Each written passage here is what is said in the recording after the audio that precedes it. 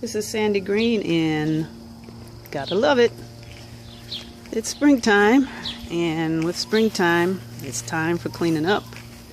And here, Earl is discovering that we had buried here a tree that has grown up between the property, and lots of vines. So we're taking care of that. And also, additional storage that's being built. This is in a 2-flat apartment building. All that junk that's there will soon be enclosed in this storage area. And here we have the finished product of the storage room. As you look inside here, there's lots of ugly stuff to hide. But that's the good thing about it. There's plenty of place to store all the building materials and tools, and out of the way and out of sight.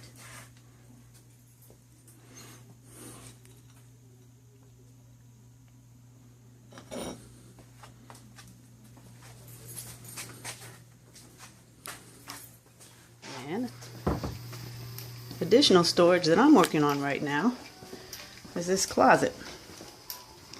This closet was easily built with 2x4s and plywood. Aluminum strips were placed at the bottom of the plywood to help it slide, as well as 1x1s to separate. And then it's easily just pulled back and forth to open and close. What I'm working on now is the support beams for the pipes that will hold the clothing. Notched out a 2x4 there. And I'm going to add another one on this side, and it's going to be a double rod. So I'll also put one over here and on this side.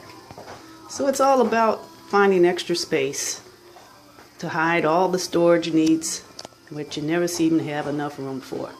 Stay tuned for further developments as we move along. Finished product of the closet. Slides easily, double bars on both sides. Perfect situation to get all your winter clothes and summer clothes down in the basement out of your main storage area. Once again, with rehab, you have simple problems that you just need a little spirit to go after and get it done. And in addition, we're building some additional storage. But in order to do that, my son Terrence here is working on leveling out this dirt and giving us a nice space to add some concrete. And when that's completed, we'll work on the other side, get concrete under there, and then enclose it in. In the concrete, we've got the foundation all set. In order to use less concrete, we've broken up pieces, taken pieces of broken bricks and rocks, etc., to fill up the void, because we only need about 2 inches of concrete to fill the void. And it's a tedious process. If this was a bigger job, and we'd probably just have the concrete shipped in by a truck. But we're going to do it the old-fashioned way. Concrete, you got to make sure you go deep and get all the dry spots. And there's little rocks in the concrete, so it's kind of like the consistency of peanut butter with nuts. That's the kind of consistency that you want to get with your concrete. But you missed all the fun stuff. This took 8 bags of 80-pound bags of concrete mix to fill in this one spot. But looks like we're going to have to mix a little more. Not quite 8 bags. I guess we're on 7 bags. So I'm going to have one up. But it's coming together. This is actually kind of fun process, smoothing it all out.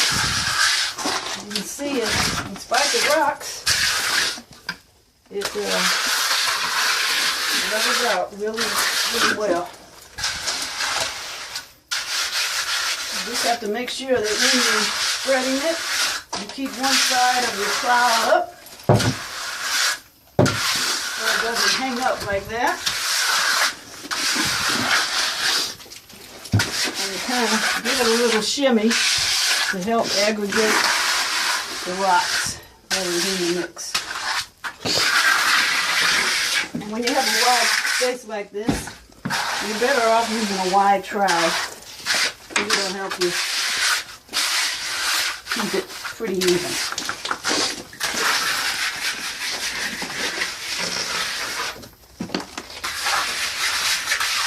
Okay, son, I think we gotta reach that one last bag.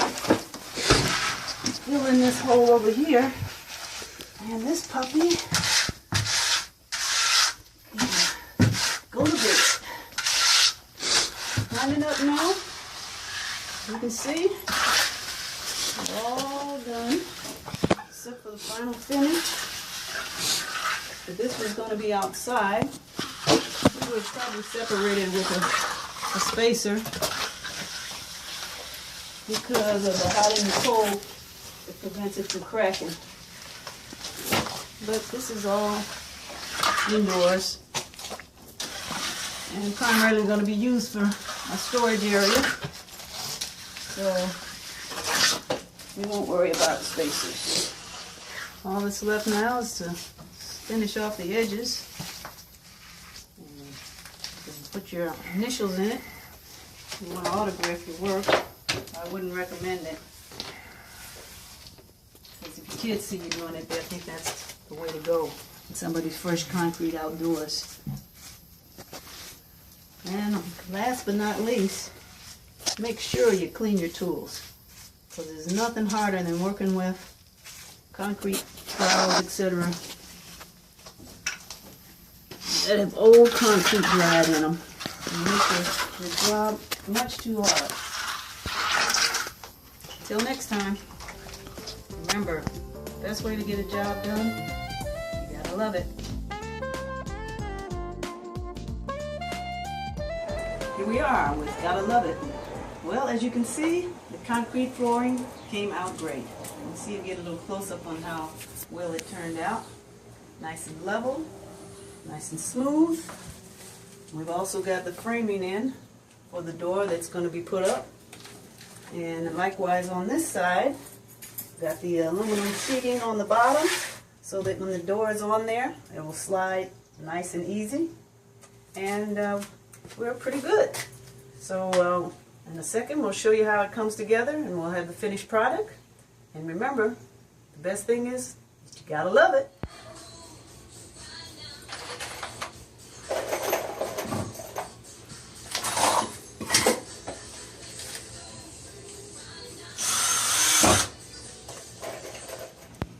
Always double check. And make sure you're not cutting onto your sawhorses.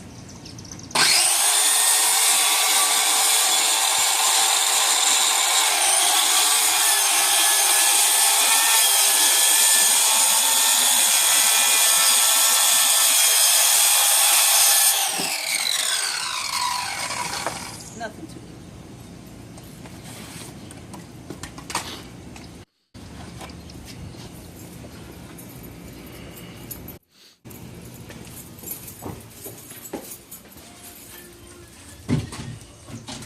Well, this is a wrap on this project.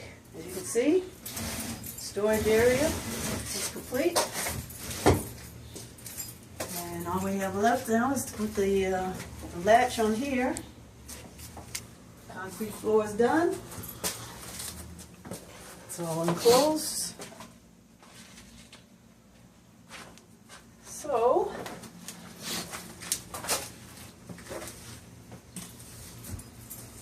mission accomplished. Another small task that's gone from a headache and eyesore to a solution and end of story.